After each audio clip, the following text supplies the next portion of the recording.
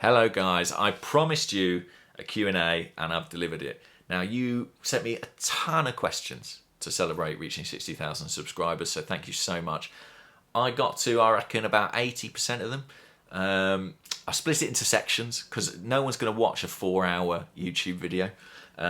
So I'm starting with all the questions that relate to Arsenal because I figured that's what you'd be more interested in. But coming up, there are also questions about football media and being a journalist and how I got there, what that's like.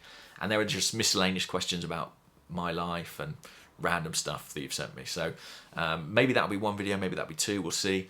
Thank you for watching. I hope you enjoy this video. Please subscribe if you haven't already. We're over the 60,000 mark now. We're pushing on. I want to get to 100. Let's just say it. I want to get to 100. Be bold, be ambitious. I want Arsenal to win the league and I want to have 100,000 subscribers. Let's make it happen. Your questions are really interesting. I hope you find my answers interesting and chat to you all soon. Let's get straight into it. Right, bye-bye. Okay, well, first of all, shout out to Cal Solvley, who asked, got enough subscribers? And long-term fans of the channel will understand that reference. Thank you so much for that. Arsenal questions. This one is from Mbola J. Kundayo, and they ask, hi James, my question is simple. At a football club like Arsenal, who decides when to announce a good signing? That's a really good question. I think people think that the media team have more sway in this than they actually do. I think signings are quite complicated to complete. There's a lot of paperwork involved. So first of all, the deal has to be done. After that, there will be a bit of a comm strategy around how they do it, what time they release it, how they announce it. Mikel and Edu, I would say, have a very small role in the timing of the actual announcements. I think that'll be handled by the likes of Richard Garlick liaising with the media team. They're more involved. Not Win the Dog, as you suggested in your question. Win the Dog, as far as I'm aware, has no part in determining how and when signings are announced. Joshua S. Boyles says, hi James, a question prompted by the Raya Rammers conversation. What calculus does it take to balance things like team growth and competition for places with team cohesion and the overall culture of the club? I lead teams in my own career, though mine are engineers, so I see parallels that I'd love your take on. Really fascinating question, and it is going to be particularly pertinent when it comes to that goalkeeping conversation. You know, I think one thing that Mikel Arteta might say, and that several people viewing the channel have already said in the comments, is why should goalkeeping be any different from any position? You know, Thomas Partey's had to deal with Declan Rice coming in as direct competition potentially, and we just expect him to live with that because that is the culture for outfield players. I do think it is different for goalkeepers ever so slightly. I think that being a number one, there's a kind of security and confidence that comes with that hierarchy. You know that if you let a goal in, you're not going to be out of the team next week. It doesn't prey on your mind in that way. I suppose the same might be true at centre forward. You know that a critical miss isn't necessarily going to count against you if you've got that track record of scoring goals. So I think that the hierarchy can bring security and confidence, and maybe that could be threatened. Some players will really respond to that. It'll make them perform even better. Some players will crumble with that pressure. And Mikel Arteta seems to have made a calculated gamble that Aaron Ramsdale rather will thrive. But that is the challenge. How do you keep people motivated? How do you keep it competitive? You know, we all remember a couple of seasons ago when the squad was way too bloated. We had to leave the likes of Mesut Ozil and Socrates out of the registered squad. That was really unhealthy, I think, in terms of the atmosphere at London Colney, the feeling among the group. Arteta's got to be careful that he doesn't run that risk again. And I think the best thing he can do is reduce the size of the squad, have a smaller squad where he can trust everyone, grant everyone an opportunity, where he can bring a guy like Gabriel out of the team without it being too costly. I think that's the key. And Man City have shown that. Work with a small group, 18, 19, 20 players who play a lot of games, and it keeps everyone happy. I think that's the answer there. And maybe it's going to be the same for the goalkeepers. They're both going to have to play, albeit probably in different competitions. Borderline Rambling says, hi James, a few new commercial deals have been announced recently. Google Pixel, Dirt is good. How much do such deals factor in FFP and budget considerations? They factor. They all factor. I mean, look at what other clubs like Newcastle and Man City have done in terms of their commercial deals and how it's expanded their spending potential, FFP is going to become a consideration for Arsenal. It is already, as far as I understand it, a consideration in this window, and may in part explain the structure of the David Raya deal. It's going to be an ongoing consideration. We don't have, a nation state behind us. We do have some big brands though, Adidas and Emirates, who've extended their deal at a very good value, I understand, for Arsenal. So those commercial tie-ups are critical, very, very important, particularly in our financial position. Connor Watts says, "Hi James, loving the content. My question is, what's your favourite non-football aspect of the club? For example, mine is the audio commentary for blind or visually impaired fans. That is a great thing. I'm really delighted to see the way British Sign Language has begun to appear on the screens at the Emirates Stadium. Even when we score a goal, the little sign comes up for a goal. And all the work done pitch side, all the interviews are interpreted live. I think that's a brilliant initiative. So I like that. I also think the Arsenal Foundation do a lot of really good work. Elliot Smith from the Arsenal Vision Pod did a great trip out to the refugee camp they have in Jordan. Some of the stuff they're doing there is much more important than football, and I was really happy that I and Arseblog were able to contribute to the fundraising for that work, because it really is extraordinary. And they do a lot of work locally as well within the Islington community. There's a lot to be proud of as an Arsenal fan. Okay, T-Bone says, "Hi James, my question is, what has been your favourite Arsenal kit and memorable moment of a player in it?" Wow, favourite Arsenal kit. You know what, bit of recency bias, but I'm going to say that black away kit last season. I think it'll always be special to me, especially because I never bought one. I missed the window. So I'll always admire it from afar. And the moment that I think of when I think of a player in it is Bukayo Saka. I think he'll always be the player I identify with it most closely. And weirdly, of all the goals, it's his goal at Villa Park, just smashing it into the roof of the net. Felt like such a statement goal. The way he hit it, the power. It was like, I'm here now. Everyone's got to sit up and pay attention. So I'll always think back on that fondly. Okay, a few people have asked similar things. Dane Hayworth says, "Hi there, thanks for the work you do. Please tell us more about the story behind you becoming a gunner." Similarly, Lico Suave, when did you first become an Arsenal fan?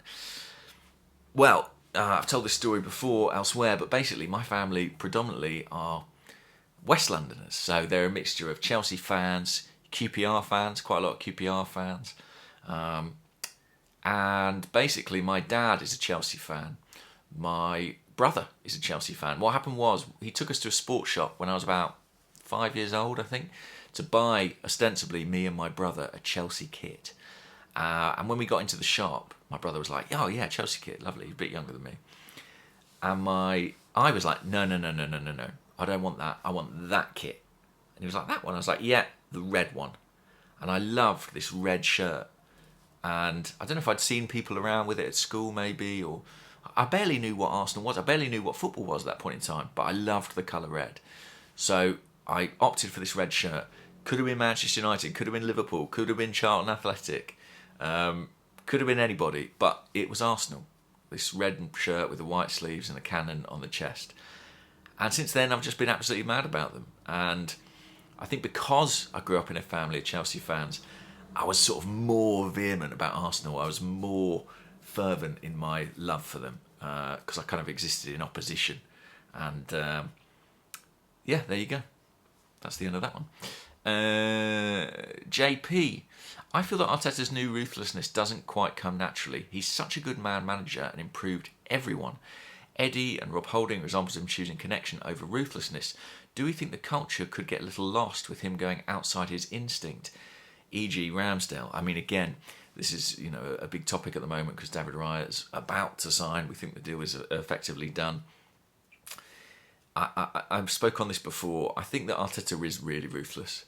And I think one of the things that I'm going to talk about in an upcoming video is the speed of evolution of this team. Think of a guy like Tomiyasu, who was so instrumental when he arrived in that first season, now finds himself almost on the outside looking in. Kieran Tierney was one of Arteta's key men, key players. Looks like he might leave the club, maybe even on loan to Real Sociedad. So I think that tells you that he is actually a more ruthless character than he seems. And I think one of his strengths is his ability to form bonds with players very quickly and then cut ties when needed. Mesut Ozil, Pierre-Emerick Aubameyang, they were close to Arteta. He made Aubameyang his captain, he gave him a new contract. But when the time came to cut ties, he was absolutely ruthless. So I wouldn't be fooled by, warm, cuddly moments between him and the players. I think he can be cold when necessity requires it.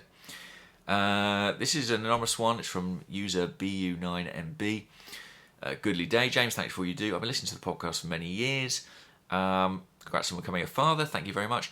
My question is, how do we realistically beat Man City this year, home or away? Assuming we have our preferred 11, how should we manage the game and play to our strengths and deny them theirs?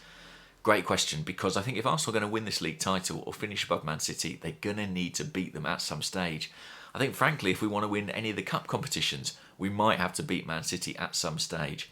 Now, this question was asked before the Community Shield, and I do wonder if that could form a bit of a template there. They scored a great goal when we gambled in midfield and lost out, but generally, I think we limited their chances. We've got to have Gabriel and Saliba on the pitch. That's a given. Without them, we cannot handle Haaland, okay? Then I think in midfield, you've got to use the physicality of Rice and Partey to build you a platform. I think Timber has to start that game, maybe ahead of Zinchenko, because he's so aggressive in the challenge.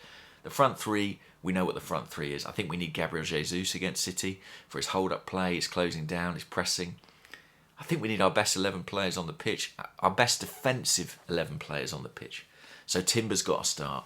Rice has got to start, Partey's got to start, Saliba's got to start, Gabriel's got to start, White's probably got to start. I think we need to be measured, careful, not give chances away, not make mistakes at the back. It's all easier said than done against a team of City's quality. I think we need to be patient. I think we need to not chase, particularly in the away game. Patience, patience, patience. We're good enough. We need to believe that now.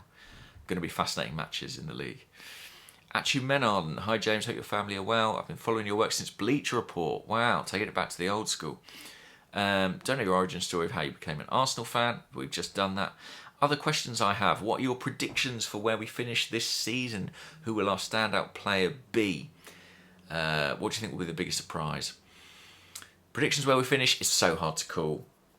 I've been saying second because I'm torn between first, second and third, so I'm just like split the difference, could be second. I think Liverpool will be a force. I think United will be strong too. I think we'll certainly be in the top four. I think we're probably the closest team to City, so I'll say second, but it wouldn't surprise me if it was first, and it wouldn't surprise me if it was third. Star player, after his goal at the weekend, hard not to say Saka, but I'm going to say Martinelli. I just think he's going to go to another level this season. My only question would be, is he going to be stuck out wide too much? Will he be in the middle enough to really score the goals to take him to that level? But yeah, I think he's going to be outstanding. Surprise? Well, I'll have to wait and see on that. I don't think he can be a surprise. He's too expensive. But I think Timber's quality, if he's fit, if he's playing, he's going to surprise everybody else in this league. I think he's going to be excellent. Andrew Malindwa says, hi James. Do you think our chances of beating Man City to the EPL this season hinge on Mikel overcoming his own feelings of inadequacy when it comes to Pep? Probably. The apprentice has got to beat the sorcerer. He does give them a lot of respect, and I think we need to, as I said, be patient in those games. Patient but confident. And it's a psychological hurdle for the team, but it's also a psychological hurdle for him. Let's hope that Community Shield win helps us out when we meet them later in the season. I'm just dropping in this question that my mate, the brilliant actor Michael Abubakar, sent me. He said, with the arrival of Timber and the experimentation of Kivior at left back, is there still a place for Kieran Tierney in the squad? Has there been a rift with Arteta, or does he just not like that type of defender? I don't think there is a place for Kieran Tierney in the squad. He wasn't involved against Forest. We saw Timber play left back. We saw Tomiyasu play left back. I think we'd probably say Kivior and Zinchenko would play left back ahead of Kieran Tierney. I think the team has kind of evolved beyond him. And I think he's still a very good player. I think he'll be an excellent player wherever he goes. But I think he's a different style. and for that reason, I hope he moves on and gets the opportunity to play regular football, because that, I presume, is what he wants. Chris says, hi James, when I was a kid discovering football in Arsenal, I thought for a while that Arsenal was named after Arsene. Part of me wonders if I was a kid today, would I think the same about Arteta? Is there any connection between Arsenal being successful and the manager having a similar name to Arsenal? I don't know. If there is, we probably need Andre Arshavin to hurry up with his coaching badges and be ready to succeed Mikel Arteta. D. Calvete says, my question is, do you remember your first Arsenal game and which player impacted you from that time? I don't actually. I was quite young. I think I was about 7 years old. But I wasn't a huge football fan, so I wouldn't really have known all the players. I got into football a bit later, 8 or 9. I really picked up my interest in it. Wouldn't have known all who the opposition were. But the player who impacted me was Ian Wright, my absolute hero. When he left for West Ham, I thought I might have stopped supporting Arsenal. Lo and behold, 20, 30 years later, here I still am. Ayush Sudarshan says, hi James, love the videos, thank you. Question about football in general, really. Clubs usually go to the same places every pre-season, like America, Australia or Japan. I'm from India. I know how big football is over here. The fandom here and in places like South Africa is crazy. What do you think about the idea of clubs going to new countries which help them grow in the footballing world, inspiring more kids from these countries and help them spread this global game even further? Another question here from Yanso says, hi James, loving the videos. As a fan from Brazil, I'd like to hear your thoughts about the work the club does for foreign fans. I know the tour brought some light to it. Is there still more Arsenal could do to embrace its worldwide fan base? Yes, absolutely. Look, it's great we've been to America. And why have we been to America? Commercial opportunity. Where else will the club look to go? Where have they been in the past? Asia. Wouldn't surprise me if we go to Asia again soon. But there are huge Arsenal fan bases all over the world. South America, I'd love to see Arsenal go to Brazil, especially with this Brazilian contingent of players. That would be incredible. Africa. We've got to talk about Africa. Arsenal had a planned trip, I believe, to Africa a few years ago, maybe during COVID. Didn't happen. Got to get back out there. This club is massive in Africa. Nigeria, Ghana, all over the continent. South Africa, big Arsenal followings. I'd love to see Arsenal out there. India as well. Wow, India are huge. But, you know, unfortunately, I think a lot of the time Arsenal are looking at the bottom line, the commercial opportunity. You know, can they sell replica kits at the same price as they can in the US, in India? Perhaps not, given the respective economies. So that is always a factor, unfortunately, in how the club is going to see things. From a fan perspective, get Arsenal out there. Let's get these global fan bases engaged. And that's something I actually personally want to do. I want to go to Africa. I want to go to India and watch Arsenal games there with the supporters clubs. Hopefully, I can talk the Athletic into paying for me to go out there and writing a piece about it, because there's so much passion, and I just think, I want to embrace it, and I want the club to embrace it too. And I really appreciate all you guys watching from all over the world. It's crazy to see where you're watching from. Let us know in the comments. Jura Owen says, Ramsdale's piece in the Players' Tribune referenced two things. Disagreements with Arteta playing out from the back. Thinking back on pre-season, Ramsdale have been kicking it long quite a bit in pressure situations. Could it be this is a cause of riot interests? Maybe. I mean, you know, Aaron was very honest in that piece about how some of the things he's had to do at Arsenal, playing on the halfway line when it's a corner, playing short under pressure, maybe aren't things that he did since day one as a goalkeeper, or aren't things that have always come easily or naturally to him. I think to his enormous credit, he's done them all. And he's got real bravado and courage in the way he plays. But maybe Arteta's thinking, let's have a goalkeeper on the books who that's more their natural game. We shall see. I think for an English goalkeeper, Aaron Ramsdale is very progressive in terms of how he plays. But Spanish goalkeepers a bit further along in that respect. James Haas, thank you for subscribing, mate. He says, do you think Gab Jesus has a long-term problem with his knee the club aren't being open about, or it's really only a matter of weeks? I honestly think it's only a matter of weeks. Club seem really happy with his progress. I think with Jesus, it's going to be a question of holding him back. He's going to want to be out on that pitch as soon as possible. It was the same when he came back last season. I think it's quite commonplace for them to have to go in and clean up the knee after a substantial piece of surgery like the one he had in December or November, I forget now.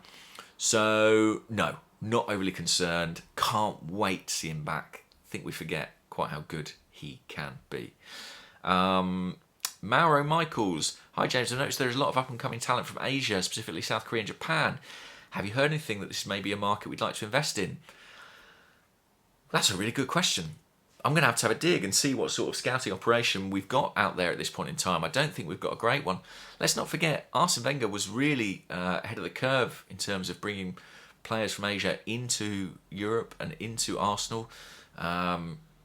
Junichi Inamoto, you'll remember, Park Chu-young, okay, they weren't the most successful, but those were good players with good track records in Europe at other clubs.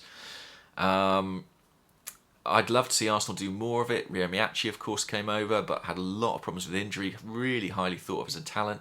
We've got Tomiyasu on the books now, and what a signing he's been. Again, were it not for injuries. Injuries seem to be a big theme for the players we brought from Asia, which is unfortunate.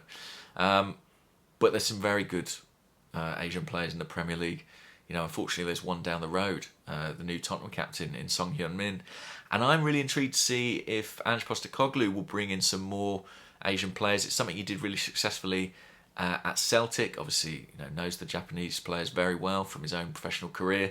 Will he look to do that in the Premier League? It's a market to be exploited, and I think the Bundesliga have done very well in that respect. I think Arsenal, look, you're always looking for point of difference. You're always looking for the best players.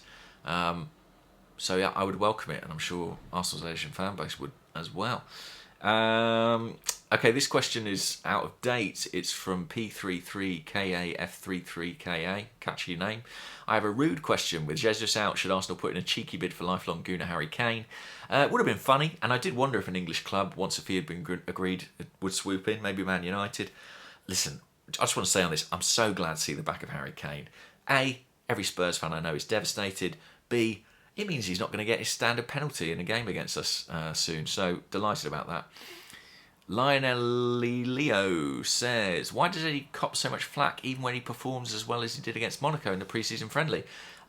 A timely question with him scoring as well at the weekend against Nottingham Forest. I'm just going to read a bit more of the question because it's interesting. He says his character is terrific, incredibly mature, seen his interaction with Sambi in the documentary. A team player, worked hard to build his strength and added so many layers to his game. Overcame adversity being released. Top under-21 goal scorer for the England 21s. Yeah, I get it. I think he's a credit to the club.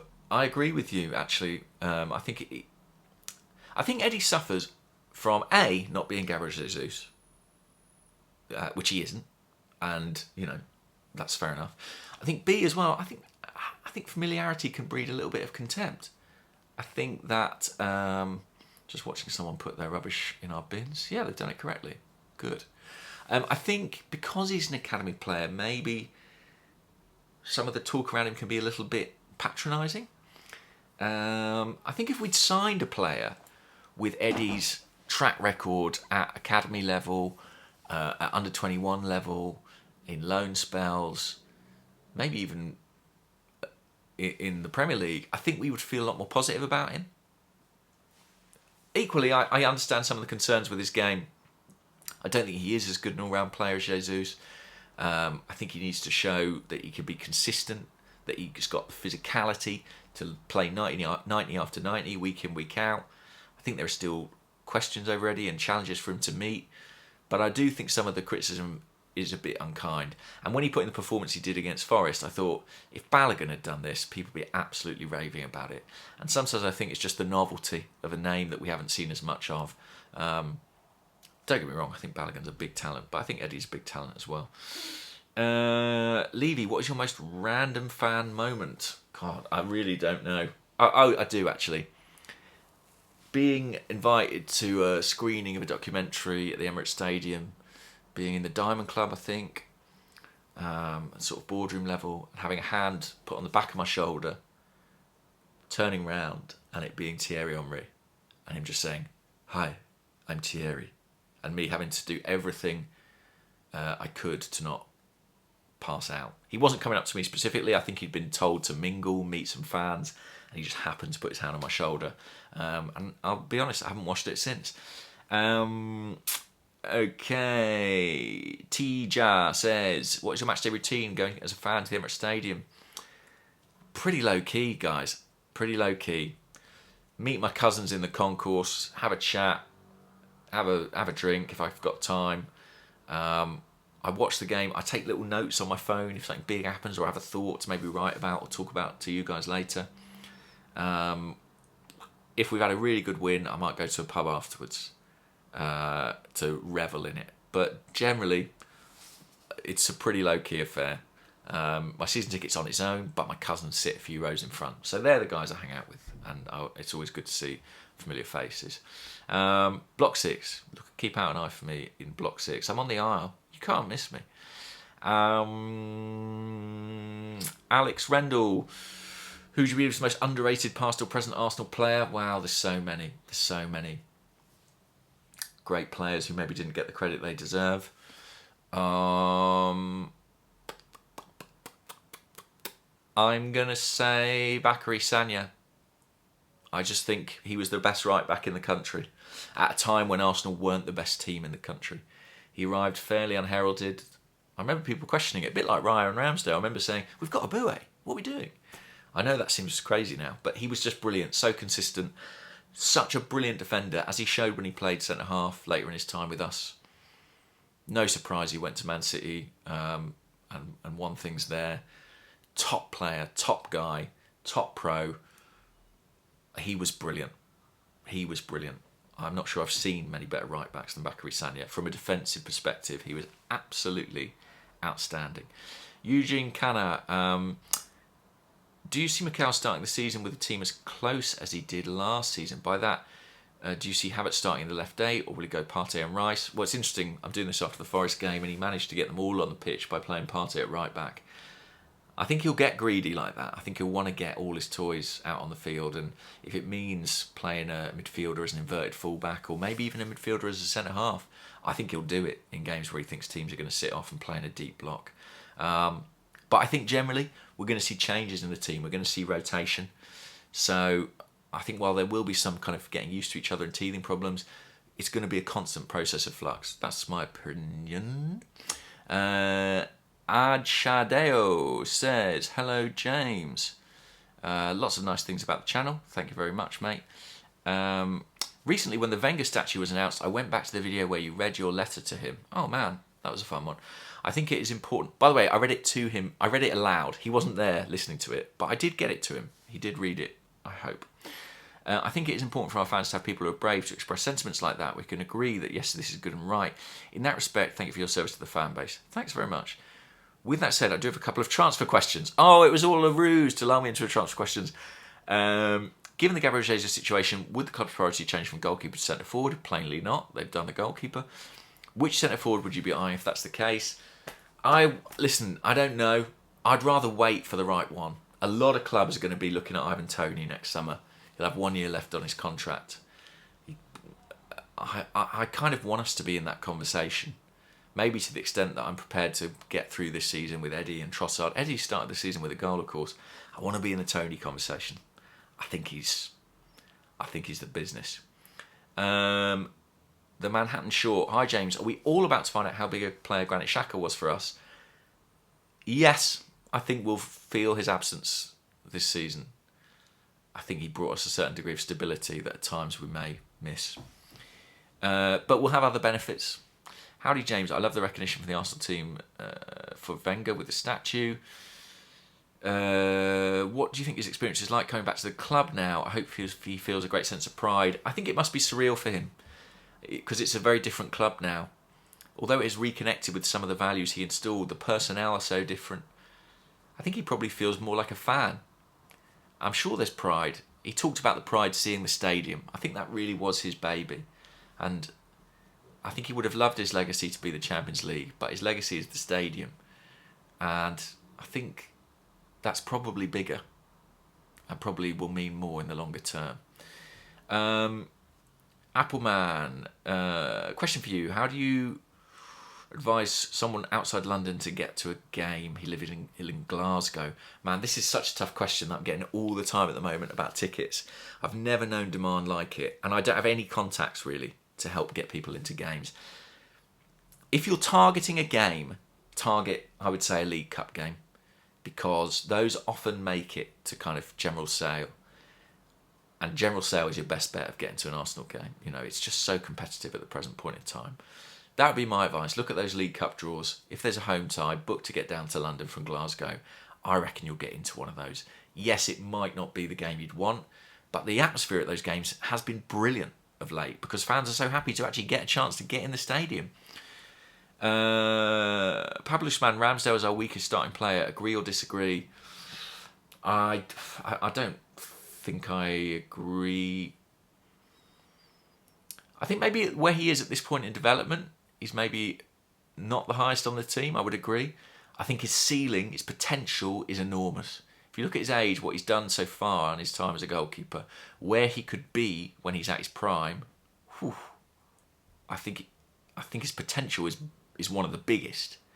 In terms of his current ability, there's definitely room for improvement, but it feels a bit harsh to sort of pick out someone as the weakest in the team. I wouldn't do that to anyone, I don't think.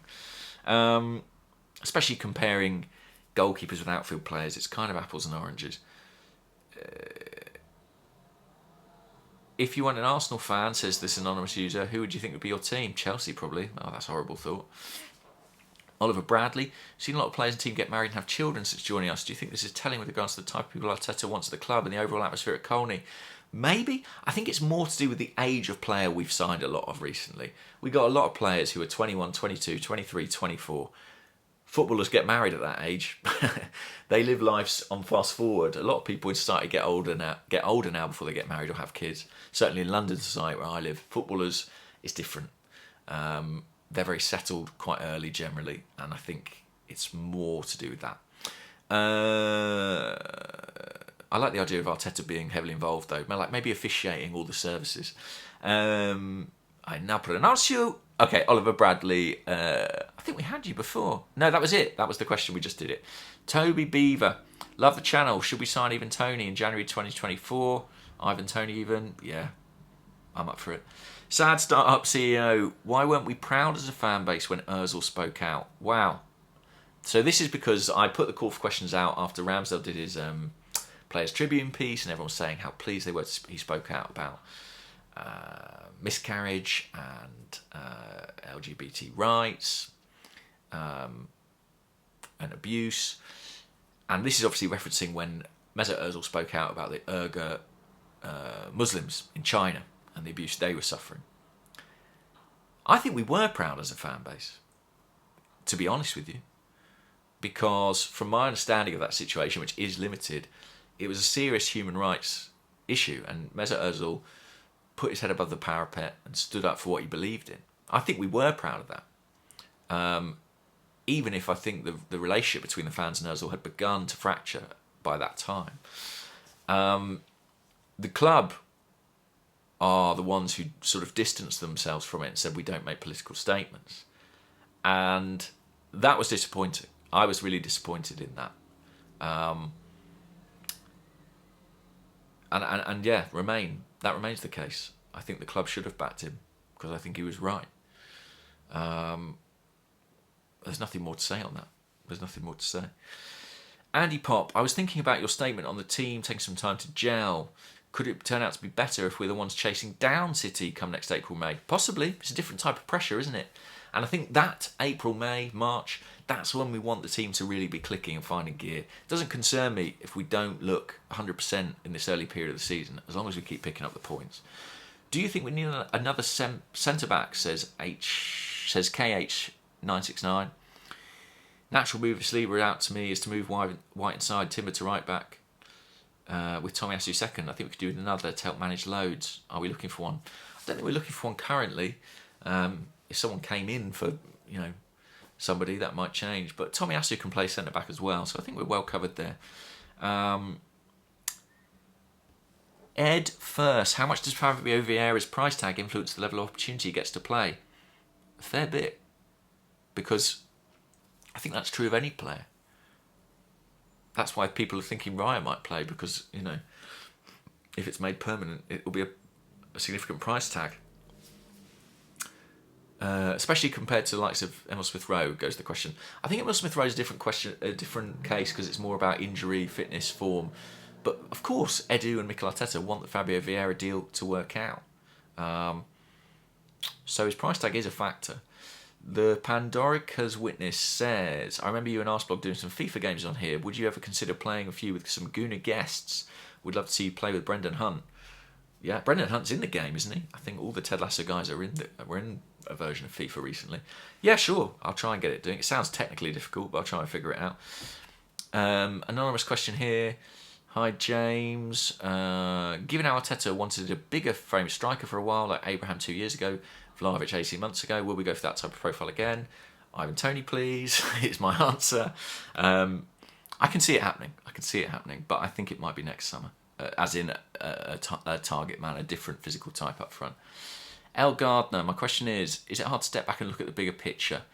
Many fans react emotionally. I find you're able to find a way of giving a temperature check that covers more than just the headlines.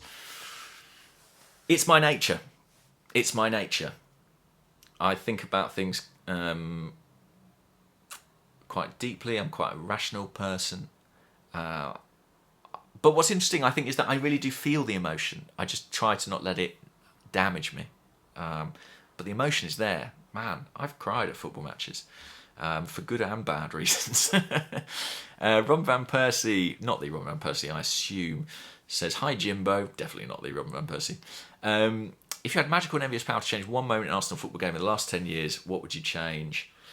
10 years. So that rules out Champions League final.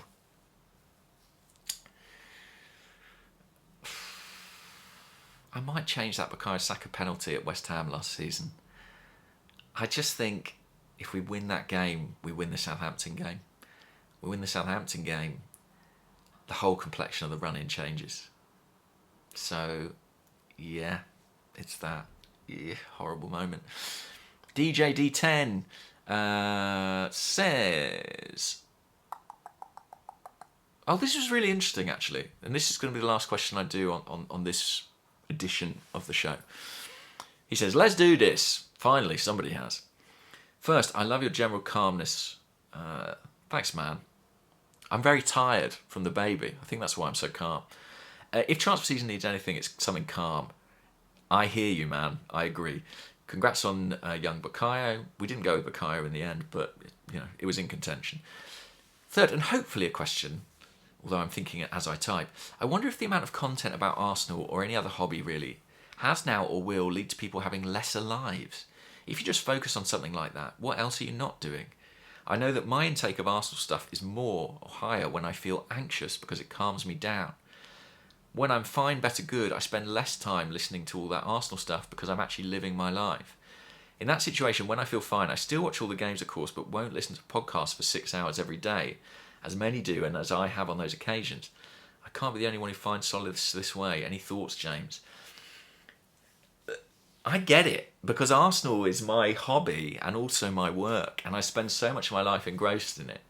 And when it's going well for the team, it's great. Last season was great. Soaking up all the content, listening to every podcast, watching every video. But when it's bad, I have to step away sometimes. Even if my work means that I can't. I do my work, but then that's it. I'm not trawling YouTube, I'm not listening to pods. I do what I need to do, and then I go and do something else. And in fact, I'm going to do a sort of miscellaneous chat at some point, which was all questions that weren't really about Arsenal. And I'll tell to you about some of the things I do to get away from it. I guess to DJ, I'd say, just like, if you're finding that it's making you stressed or anxious, get away from it. Football, I thought Elliot Smith on Arsenal Vision podcast said a brilliant thing the other day. People were debating whether or not the Community Shield mattered. And he said, I hate to break it to you guys, spoiler warning, but none of it matters. It's guys trying to kick a ball into a net. And that is helpful to remember that at times and gain some perspective. Football is great, but it's not something we can control from this position as fans. And generally, allowing your emotions to be dictated by stuff you can't control can be a dangerous game. So I would say, if you're prone to anxiety, as I think pretty much everyone in this modern world is, I think the world is kind of constructed in such a way to make that the case, then make sure you've got things in your life that are within your control, that give you pleasure. Like if it's reading a book, you control when you pick that book up and when you put it down. And you control what you're reading, and you control how you engage with it. If it's painting, if it's watching a movie, like, don't let all your pleasure be dependent on something that's completely out of your hands, because that way sadness lies. Sadness is inevitable, right? It's part of sport, it's part of the game, it's part of being a fan. But it's not a duty and it's not an obligation, and it's fine to walk away from it. As I'm sure many of you have walked away from this video, it's very long. I'm going to leave it there for this Arsenal section. We've got loads more questions. So some are about miscellaneous in my life, some are about football media, working in football journalism. That might be a video of its own. Thanks for watching, guys. We are gaining subscribers all the time. What are we on now? I find it very exciting. Numbers reward me. 60,960. So soon we'll be at 61,000. Let's get to 6570, please. I'd love it. Thanks for all your questions. Hope I answered them nicely. I didn't get to every single one, but I got to most. All right, cheers. Bye-bye.